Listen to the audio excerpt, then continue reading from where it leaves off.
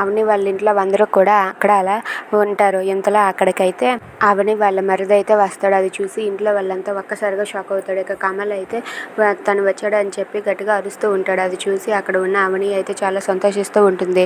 ఇక అవని వాళ్ళ మరిదిని అయితే వాళ్ళ మామయ్య అయితే దగ్గరికి తీసుకుని లంప దెబ్బలు కొడుతూ ఉంటారు. ఏంట్రా మా ఇంటి పరువు తీసి గంగలో కలిపావు, అలాంటిది మళ్ళీ ఏ ముఖం పెట్టుకుంటారా ఇక్కడికి వచ్చావు, మర్యాదగా బయటకు పోతావా లేదా అని చెప్పి అవని వాళ్ళ మామయ్య అయితే తన్ని కొడుతూ ఉంటాడు. అది చూసి అక్కడ ఉన్న అక్షయ్ వాళ్ళు కూడా ఏమనకుండా మౌనంగా ఉంటారు.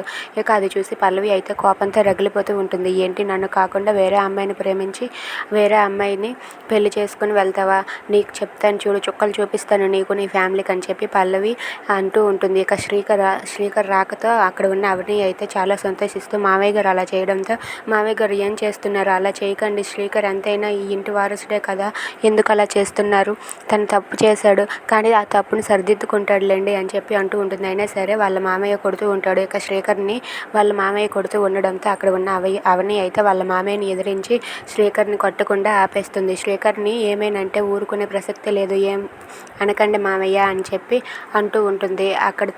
అక్కడ వాళ్ళ మామయ్య అయితే సైలెంట్గా అయిపోతారు. If you like this video please like, share and subscribe.